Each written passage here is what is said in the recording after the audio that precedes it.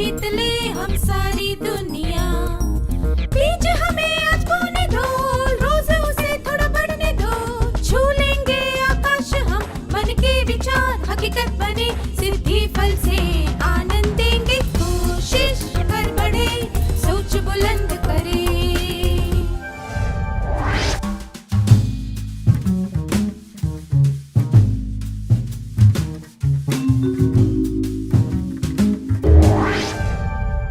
नमस्ते छात्रों, आप कैसे हैं? पिछले सत्र में हमने देखा था कि स्मरण शक्ति कितने प्रकार की होती है। क्या अब हम उन तरीकों के बारे में जानें जिनसे हम अपनी स्मरण शक्ति को तेज कर सकते हैं। शायद आपको कारक विभक्ति के बारे में यह कविता याद होगी। कम से कम इसके पहले 2 वाक्य तो आपको याद होंगे ही। कर्ता, कर्म, करण, संप्रदान, अपादान, संबंध, अधिकरण और संबोधन। इनको याद रखने के लिए एक पद की रचना की गई।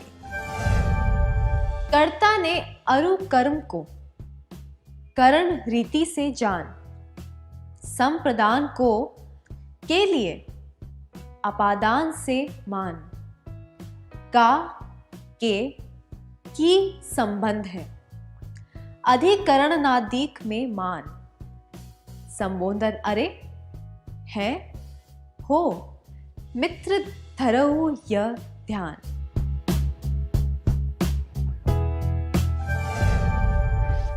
के द्वारा हमें कारक की सारी विभक्तियां और उनके चिन्ह याद हो जाते हैं।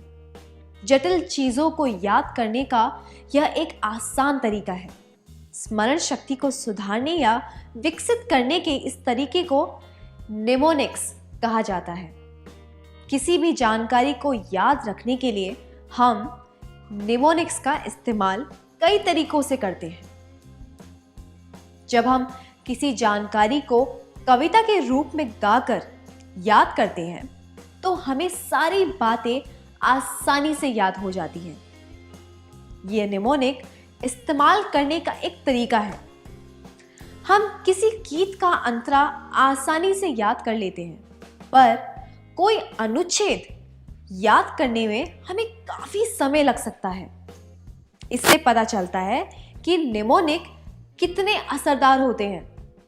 यही कारण है कि टिम टिम तारे के कक्षा 7 और 8 के सत्रों में गीतों का प्रयोग किया जाता है।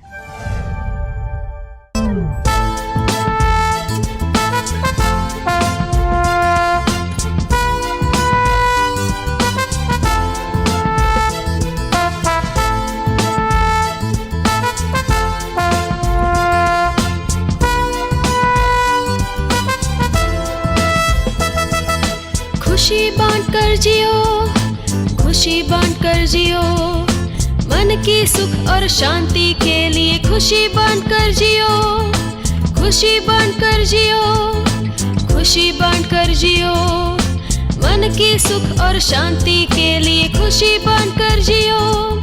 खाना पीना ज्ञान बोध वेशभूषा अच्छा मौका समय पर रख के, अपने हक जान के, सब दे दो अपना पुनर्दे खोल के, खुशी बांट कर जियो।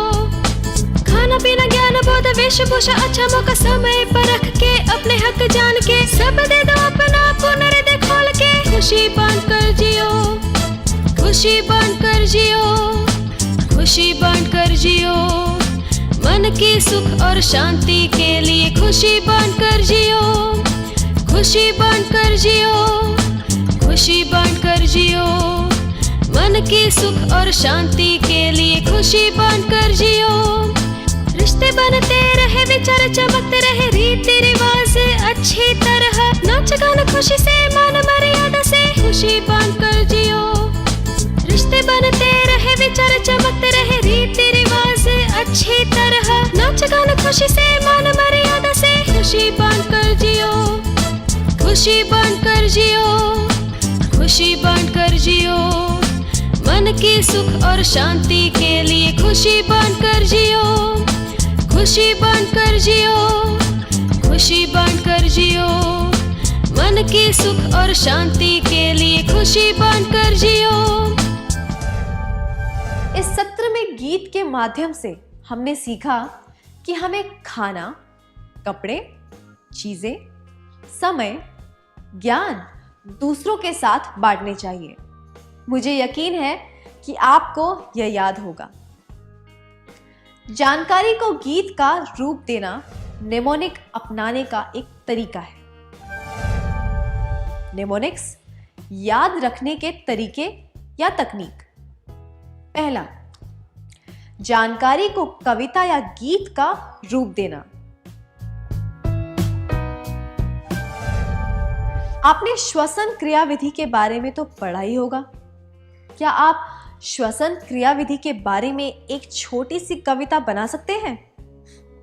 कृपया समूह बनाकर बैठिए और प्रत्येक समूह में एक कविता बनाइए।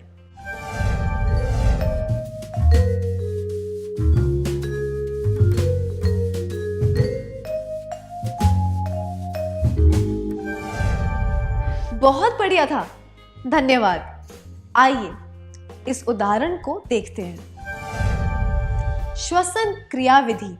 अंतः श्वसन में वायु को नथुनों से अंदर लेकर नासा गुहा में भेजो। श्वसन नली से ले जाकर इसको फेफड़ों को दे दो। उच्छ्वसन के समय वायु को फेफड़ों से बाहर धकेल दो।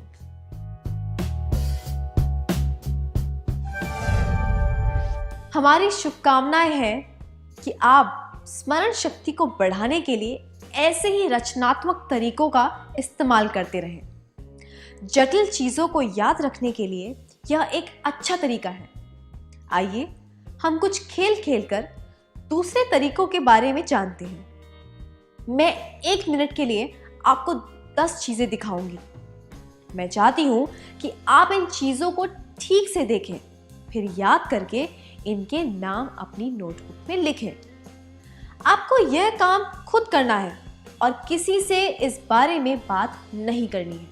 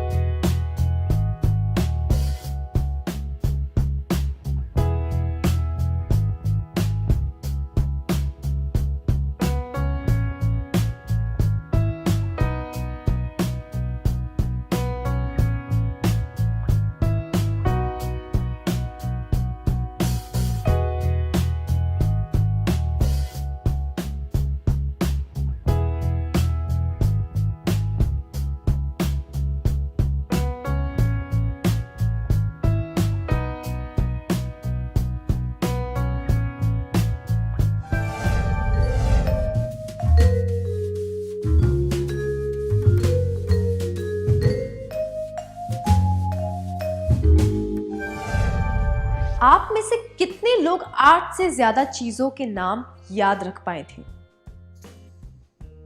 आप में से कितने लोग केवल 5 चीजों के नाम याद रख पाए थे? जिन छात्रों को चीजों के नाम अच्छी तरह याद थे, उन्हें बधाई हो। अब मैं वही 10 चीजें आपको फिर से दिखाऊंगी, पर इस बार हम एक वैज्ञानिक तरीके से नाम याद रखने की कोशिश करेंगे। उन चीजों को फिर से देखकर क्या आप एक छोटी सी कहानी बना सकते हैं जिससे आप इन चीजों को एक दूसरे के साथ जोड़ सके? आप मुरली नाम के एक आदमी के बारे में एक कहानी बनाइए और इन चीजों को एक दूसरे के साथ किसी तर्क का इस्तेमाल करके जोड़िए।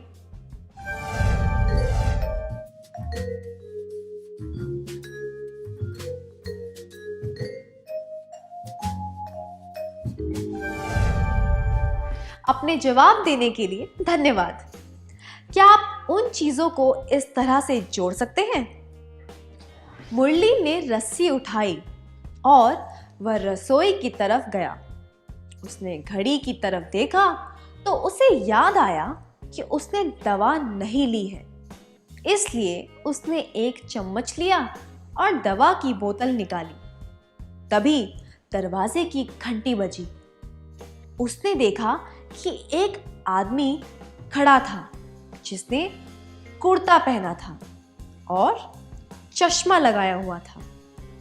उसने बताया कि वह पड़ोस में रहने आया और उसे पानी भरने के लिए एक बाल्टी की जरूरत है। तभी उसे याद आया कि जब वह अपनी कार धोने गया था तो बाल्टी वहीं भूल आया था। उसने पड़ोसी को बाल्टी दी और कुर्सी पर बैठकर टीवी देखने लगा।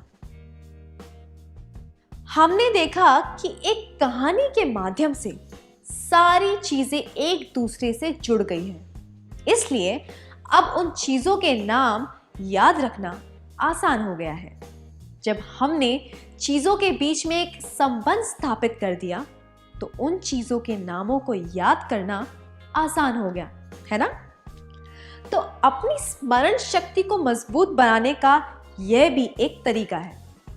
ऐसा करने से हमें चीजों के नाम अपने दिमाग में दर्ज करने में और फिर उन्हें याद करने में आसानी होती है। निमोनिक्स, याद रखने के तरीके या तकनीक।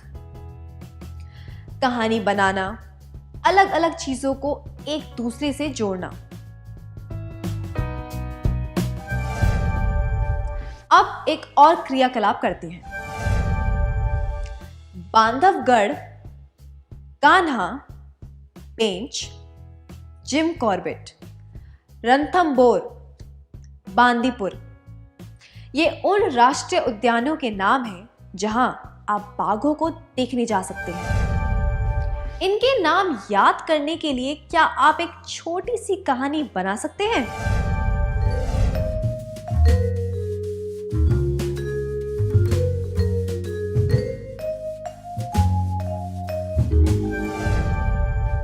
बहुत अच्छा प्रयास था, धन्यवाद।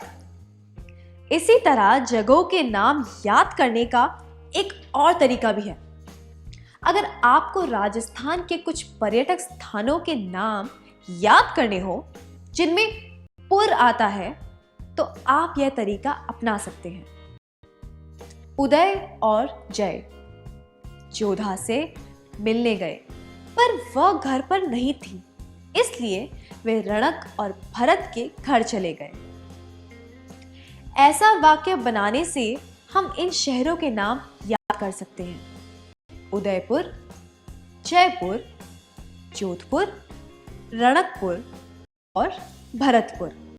आइए एक और तकनीक सीखते हैं। हमने देखा कि कुछ अलग अलग चीजों को एक दूसरे से जोड़कर उन्हें कैसे याद किया जा सकता है। इसी तरह अगर कुछ चीजों को एक क्रम में याद करना हो तो हम क्या कर सकते हैं? आइए देखते हैं। अंग्रेजी में इंद्रधनुष के रंगों के नाम इस प्रकार होते हैं: violet, indigo, blue, green, yellow, orange और रेड। आपको शायद यह शब्द पता होगा, विबग्योर, या अंग्रेजी में इंद्रधनुष के रंगों के नाम दर्शाता है। यहां पर किस तकनीक का इस्तेमाल किया गया है? जी हां, हमने एक एक्रोनिम तैयार किया है। एक्रोनिम का अर्थ है एक शब्द जिसे किसी शब्द की सूची के पहले अक्षरों से बनाया गया। जब कुछ शब्दों को क्रम में याद रखना हो तो हम उन शब्दों के पहले अक्षरों से एक एक्रोनिम बना सकते हैं। निमोनिक्स, याद रखने के तरीके या तकनीक। एक्रोनिम बनाना।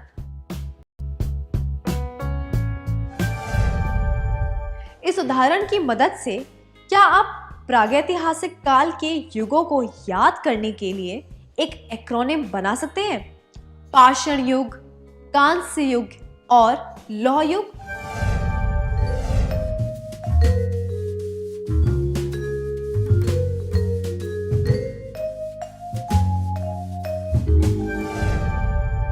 बहुत बढ़िया, हम इसे पांकालो बुला सकते हैं।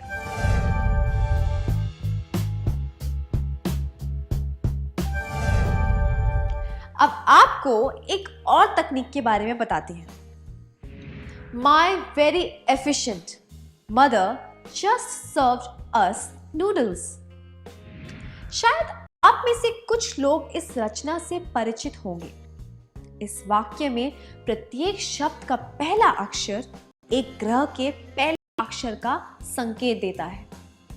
अंग्रेजी में ग्रहों के नाम इस प्रकार हैं: मर्क्यूरी, वीनस, अर्थ, मार्स, जुपिटर, सैटर्न।